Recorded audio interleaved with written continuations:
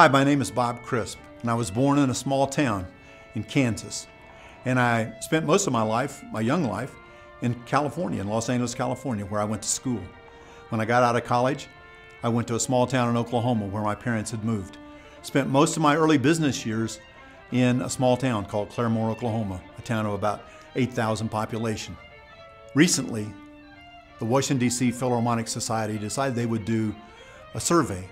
The idea was this: they would dress Joshua Bell, a world-renowned virtuoso violinist, in street clothes, and they would put him in a subway, and they would see who would stop and listen to this famous violinist play. With him, he had a $3 million Stradivarius violin, which he played in virtuoso style. He opened his case like street people do for the people to put money in his case.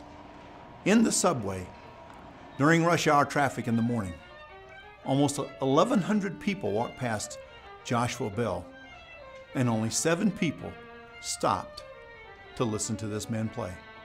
When just a week earlier, at the Symphony Hall, they had charged $100 to $300 a seat to listen to this man play. People are like that, aren't they? They walk past people every day. They walk past opportunity every day. They walk past the idea of change in their life every day. And they never open their mind. They never consider what could be, only what was or what has been in the past.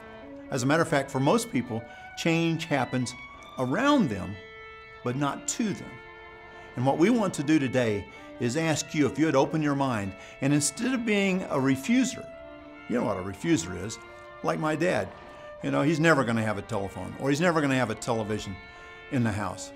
And that's just typical. Only eventually we got a telephone, and eventually we had a television, and then we had more televisions, and so on and so forth. Eventually, even the refusers adapt. You can do anything you want to do if your mind is open to change. What if there was somebody inside you that you hadn't met yet?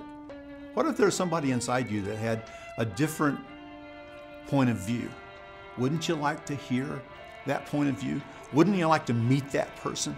Listen, change is all about you, and the conversation, believe it or not, is about you.